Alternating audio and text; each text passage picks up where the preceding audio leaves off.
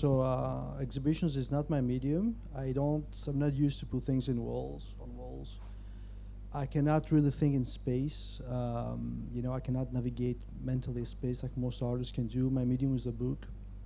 I've been publishing comic books since I'm like 20 years old. And even though I've been working in comics, my medium is not drawing. So I'm not drawing comics. I'm building systems that are able to produce comics. And I've been doing this much before I started working with the generative AI.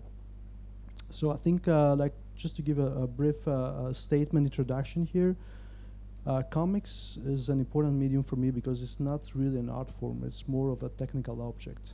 And I deal with that as an engineer somehow, trying to understand what makes a comic, right?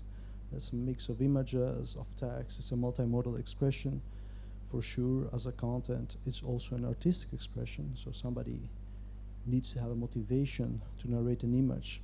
But what is extremely interesting in comics is that they are the products of an operational intensity. It's a product of a collaborative labor from multiple different professionals whose interests and ambitions and expertises are distributed throughout the chain of signification and production.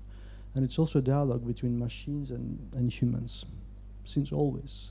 So from the beginning of last century, comics have always been a form of encoding information and decoding information. Like I'm pointing here, for example, to the Ben-Day dots technology, where artists needed to find ways to make, to encode the information of color in pre-offset technology. So they try to find ways to and systems so that the information of color can be encoded. So I think comics has always been some form of, commodity. So something that's circulated in multiple numbers, engaging distribution networks, engaging inventory practices.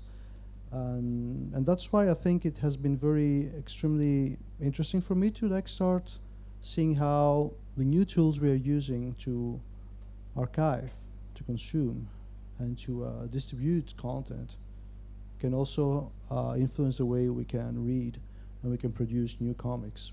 The discussion we had with Ada a lot is about that, usually the literary experience or the artistic experience is always based on some sort of mandate, and I'm very careful with the word mandate, sort of mandate of openness, of open-endedness, of invitation to the viewer, to the spectator, to complete the image, to be part of it.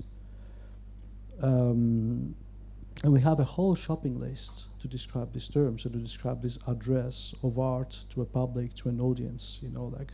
We are still under the very strong impression of 60s deconstructivism in literature. Alexandre, you know very well this, much more than I do. As a text should always be an invitation.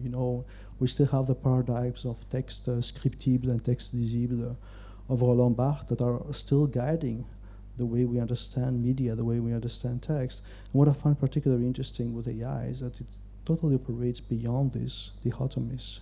There's not anymore the passive text and the active text, the writerly text and the readerly text. What happens is that we are in a closed world. We are in a black box. And we move in this black box, and we try to do the latent walk and to hallucinate along with the model.